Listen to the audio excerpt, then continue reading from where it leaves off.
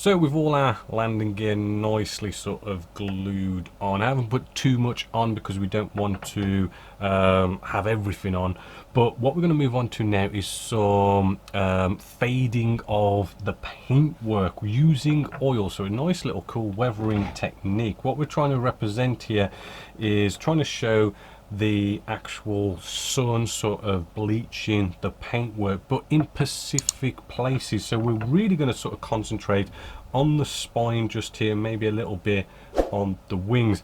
You can go as subtle or as intense as you want with this. You know, maybe sort of like a scrapyard one, you could go really intense, but we want to go kind of light. Now what we want is some really nice colors, right?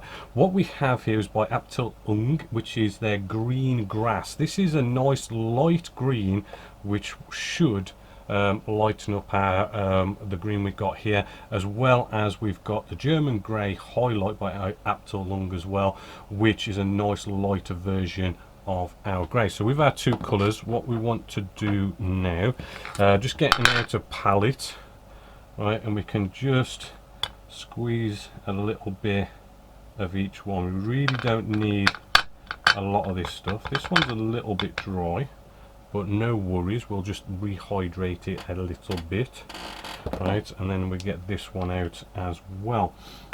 Right, so there's our first bit. As you can see, nice lighter colours than our actual colours we're using here. So what we're going to do, using Episode.23's odorless turpentine, right, we're just going to hydrate this green one, because as I say, it's coming out a little bit dry, so I just put a few little dabs on there, clean my paintbrush up a little bit, and then what we're going to do, again, a little bit on the end of our paintbrush. We'll start off with our spine just here, and all we're going to do is put a couple of dibs and dabs on the spine where we have maybe a little bit just here, right, and then we can go off, probably get out another paintbrush for our white.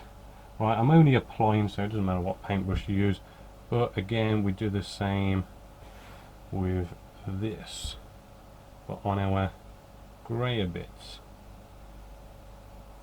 Right, so as you can see, we've got like lots of nice little dots going on there. Then we need to sort of feather this in, so I'm just going to clean off my paintbrush. Right, now this is where we want to just nicely start to take our little dots, right, and we just stub them down just like so. Right, clean our paintbrush off, dip into the odorless turpentine, and we're going to stub them down. Right, and this takes a little bit of a process, right, because as you can see, looking pretty messy at the moment, right, but you know, as we sort of clean off our paintbrush, dip it into the odorless turpentine, and we just slowly kind of knock it back to as feathered as you can get it. Right, as you could see, this is starting to get less and less and get feathered in. Right, and the nicer you feather it in, the better. Right, but let's let that dry for a little bit first, see if we need to feather it down a little bit more. So it's now had time to dry, and as you can see, okay, it is looking a bit faded, but it is a bit on the messy side.